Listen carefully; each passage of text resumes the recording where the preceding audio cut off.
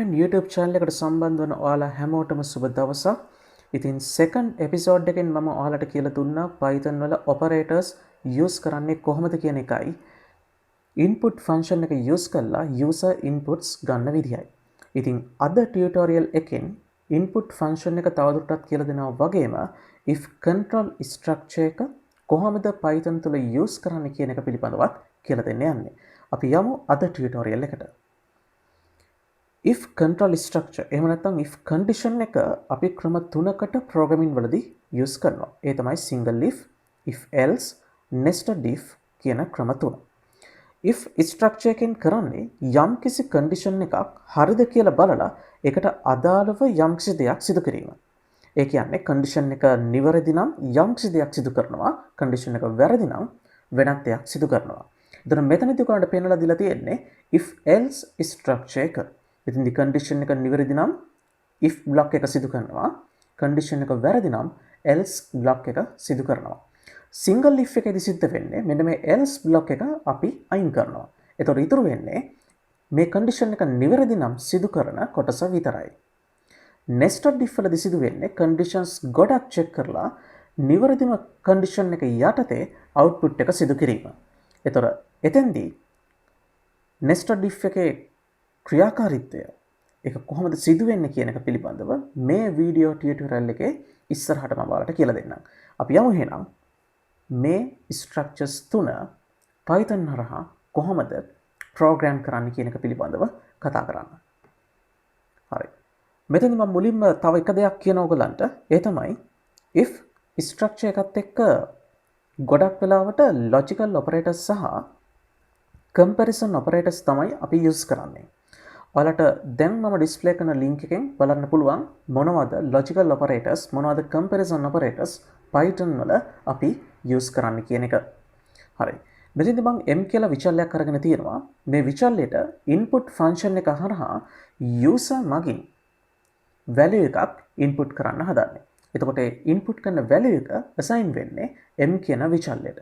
දැන් මෙතන පොඩි වෙනසක් තියෙනවා. ඒ තමයි මෙතන මම ඉස්සරහෙන් දාලා තියෙන input function එකට ඉස්සරහින් int කියන data type එක. int කියන්නේ integer කියන data type එක. ඒ කියන්නේ input කරන value එක integer data type එකට convert වෙලා තමයි m කියන විචල්යට ආදේශ වීම සිදු වෙන්නේ. එහෙම නැත්නම් සාමාන්‍යයෙන් input කියන function එක විතරක් ඔයාලා use කළොත් user input කරන අගය එහෙම නැත්නම් value එක හැමතිස්සෙම එයා තියාගන්නේ string කියන data type එකේ. හරි. ඒකම Python කියන්නේ ඔයාලා දන්නවා case sensitive language එකක්. ඒක නිසා simple capital නිවැරදිවම මෙතෙන්දී අතුලත් කිරීම කරන්න ඕනි. මෙතෙන්දී if එකේ if structure එකේ syntax එක ගත්තොත් එහෙම if ඊට පස්සේ space එකක් අනිවාර්යයෙන්ම condition එක ලබා දෙන්න ඕනි. ඊට පස්සේ colon mark එක අතුලත් කිරීම අනිවාර්යයෙන්ම සිදු කළ යුතුයි. එතකොට මෙතෙන්දී condition එක විතර මම අරගන්නේ මේ m කියන විචල්්‍ය value එක 50ට වැඩි හෝ සමාන නම් ඇතුළට ගිහිල්ලා print කියන function එක හරහා pass කියලා message එක display කරන්න කියන එක. ඒතකොට පේනවා ඉතින් මෙතෙන්දී කොහලකත් condition එක වැරදුනොත් කරන්න ඕනි මොකක්ද කියන එක පිළිබඳව මම කිසිම දෙයක් කියලා නැහැ. හරි. program එක run කරලා බලමු කොහොමද මේක ක්‍රියාත්මක වෙන්නේ කියන එක. හරි. මෙතන message එක display කරන enter marks කියලා මම මුලින්ම 50ට වඩා වැඩි අගයක් ලබා දෙනවා. අපි දෙනවා 60 කියන අගය enter කරනවා. ඔයාලට පේනවා ඇති pass කියලා message එක display කරනවා. ඒ වගේම මම මෙතෙන්දී 50ට වඩා අඩු අගයකුත් දැන් ලබා දෙනවා. බලමු මොකක්ද එතකොට මෙයා අපිට output කරන්න කියන එක. හරි. මම මෙතෙන්දී 40 කියන එක enter කරනවා. එතකොට කිසිම value එකක් අපිට display කරන්නේ නැහැ. ඒකට හේතුව තමයි මේක single if එකක්. ඒක නිසා condition එක වැරදුනොත් මොකක්ද කරන්න ඕනේ කියන එක පිළිබඳව කිසිදු දෙයක් මේ program එක තුල කියලා නැහැ අපි. හරි. එහෙනම් අපි යමු program 2 එකට. ඒ කියන්නේ if else කියන structure එක. දැන් මම නැවත ඔයගලන්ට input function එක ගැන කියන්න යන්නේ නැහැ මෙතෙන්දී. කෙලින්ම මම එන්නේ if structure එකට. මෙතෙන්දී මේ structure එකේ condition එක check කරාට පස්සේ condition එක නිවැරදි නම් pass කියලා print කරනවා else. මෙන්න මේක තමයි අර මම මුලින් කිව්වේ single if එකේ නැති කොටස. ඒ කියන්නේ condition එක වැරදුනොත් මොකද්ද කරන්න ඕනි කියන එක. හරි. මෙතනට ගියා program 2 කියලා select කරන්න අනිවාර්යයෙන්ම run කරන program එක බලමු කොහොමද values දීලා මෙයා වැඩ කරන්නේ කියන එක. මම මෙතෙන්දී මුලින්ම ලබා දෙන්නේ කන්ඩිෂන් එක වැරදෙන විදිය. ඒ කියන්නේ else එක ක්‍රියාත්මක වෙන විදිය තමයි මුලින්ම කියලා දෙන්නේ. හරි. මම මෙතෙන් දෙනවා value එක 40. දැන් මතකද single if එකේදී මේකදී output එකක් ආවේ නැහැ අපිට. නමුත් මෙතෙන්දී අපිට output එකක් අනිවාර්යයෙන්ම එන්න ඕනේ. ඒ කියන්නේ fail කියලා මට output කරන්න ඕනේ මෙයා. හරි. එහෙනම් මම enter කරනවා fail කියලා මට output කරලා පෙන්නනවා. හරි. එහෙමනම් මෙතෙන්දි සිද්ධ වෙන්නේ m වල value එක 50ට වඩා අඩු අවස්ථාවේදී මෙයා යන්නේ මෙතෙන්ට නෙමෙයි. එයා කෙලින්ම යන්නේ else එක හරහා condition එක වැරදුනොත් මොකද්ද කරන්න ඕනි කියන එක පිළිබඳව සලකා බලන්න. හරි. එහෙමනම් මං හිතන්නේ ඔයාලට single if එකයි if else එකයි හොඳටම තේරුණා. හරි. එහෙමනම් යම් බලන්න program 3 එකට. ඒ කියන්නේ nested if එක. nested if වලදී සිද්ධ වෙන්නේ මෙන්න මෙච්චරයි. conditions ගොඩක් තියෙනවා.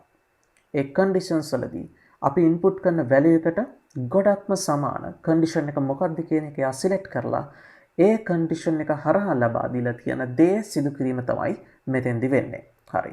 එහෙනම් මෙතෙන්දිත් මම program 3 select කරනවා. ඊට පස්සේ program එක මම run කරනවා. හරි. මම මෙතෙන්දි ලබා දෙනවා 63 කියන අගය. ලබා දීලා බලමු program එක run වුණාට පස්සේ output එක මොකක්ද වෙන්නේ කියන එක. grade C කියලා මට output කරනවා. දැන් 63 කියන්නේ 50ත් 65ත් අතර. ඒ කියන්නේ 50ට වඩා වැඩි අගයක්.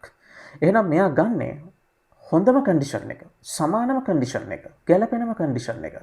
එහෙනම් මෙතන තියෙනවා condition එක 50ට වඩා m වල value එක වැඩි හෝ සමාන. එහෙමනම් grade C output කරනවා ඒ condition එකට අදාළව. එතකොට මේ conditions ලබා දෙනකොට nested if වල මම ඔයාලට තව දෙයක් කරලා පෙන්නනවා. ඒ තමයි logical operators මම මෙතෙන්දී use කරලා පෙන්නනවා. logical operators use කරන්නේ මෙන්න මේ විදිහට. මම මෙතන condition එක මම වෙනස් කරන මෙන්න මේ විදිහට හොඳට බලන්න. 100ට වඩා m වල value එක අඩු වෙන්න ඕනේ. එහෙම නැත්නම් 100ට සමාන වෙන්න ඕනේ. හරි. එහෙනම් මම මෙතන දෙනවා කුඩා හෝ සමානයි m. ඊට පස්සේ ස්පේස් එකක්. ඊට පස්සේ and. හරි.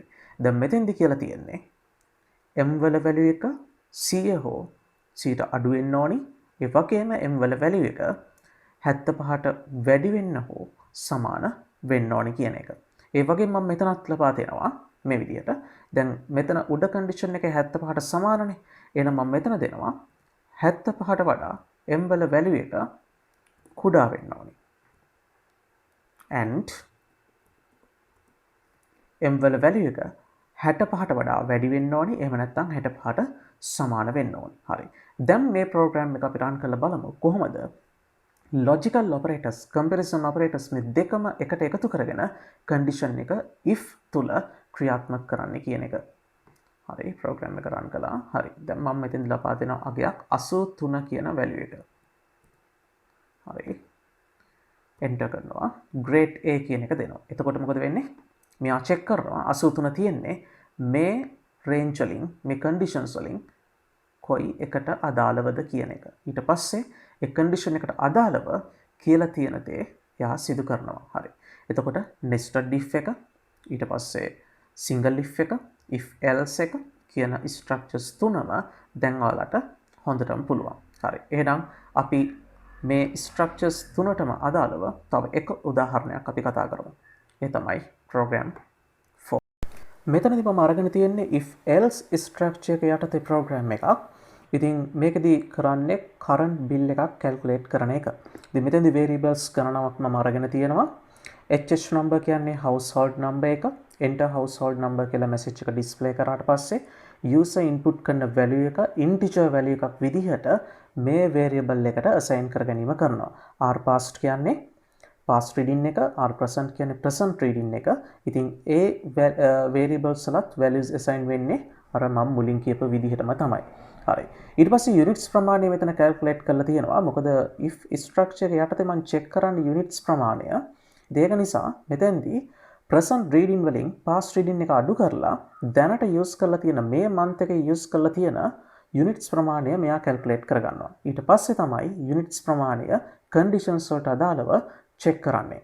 එතකොට මම මෙතෙන්දී calculate කරන විදිහත් පොඩි වෙනසක් කරලා තියෙනවා. ඒ තමයි ඔයගොල්ලෝ දන්නවා යම් කිසි units ප්‍රමාණයක් වෙනකන් current bill එකේ fixed රේට් එකක් යන්නේ. එතනින් පස්සේ තමයි නැවත වැඩිවීමක් වෙන්නේ. ඒක නිසා යුනිට්ස් 90 يعني යුනිට්ස් 90ට වෙනකම්ම මම මෙතෙන්දී අරගෙන තියෙන්නේ රුපියල් 5යි. එතනින් වැඩි වුණොත් ඒ වැඩි වෙන ප්‍රමාණය මෙතන මම නැවත කැල්කියුලේට් කරගෙන ඒ ප්‍රමාණයට රුපියල් 10 ගානේ වැලියු කරලා තියෙනවා.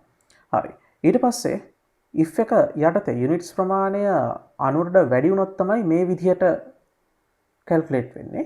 90ට වඩා අඩු නම් පේමන්ට් එක කැල්කියුලේට් වෙන්නේ මෙන්න මේ විදිහට. ඒ කියන්නේ යුනිට්ස් ප්‍රමාණය මෙතන කැල්කියුලේට් කරාට පස්සේ යුනිට්ස් ප්‍රමාණය මෙයා චෙක් කරනවා මේ කන්ඩිෂන් එකෙන්. මේ කන්ඩිෂන් එක වැරදි නම් එයා එල්ස් එක යටතේ පේමන්ට් එක කැල්කියුලේට් කරනවා ඒ යුනිට්ස් ප්‍රමාණය 5න් වැඩි කරලා. එතකොට මෙතෙන්දී තව දෙයක් තියෙනවා. ඔයාලට පේනවා ඇති මම මෙතන ෆ්ලෝට් වැලියුස් යූස් කරලා තියෙන්නේ 5.0 10.0 ආදී වශයෙන්. ඒක නිසා යම් කිසි ගණනය කිරීමකට ෆ්ලෝට් වැලියු එකක් ආවොත් අනිවාර්යයෙන්ම අපේ අවුට්පුට් එකත් ෆ්ලෝට් වැලියු එකක් වෙනවමයි. මේක මම සෙකන්ඩ් එපිසෝඩ් එකේ ඔයාලට කියලා දීලා තියෙනවා. හරි. එහෙනම් අද අපි කතා කළේ Python programming series එකේ if structure එකයි input function එක තවදුරටත්.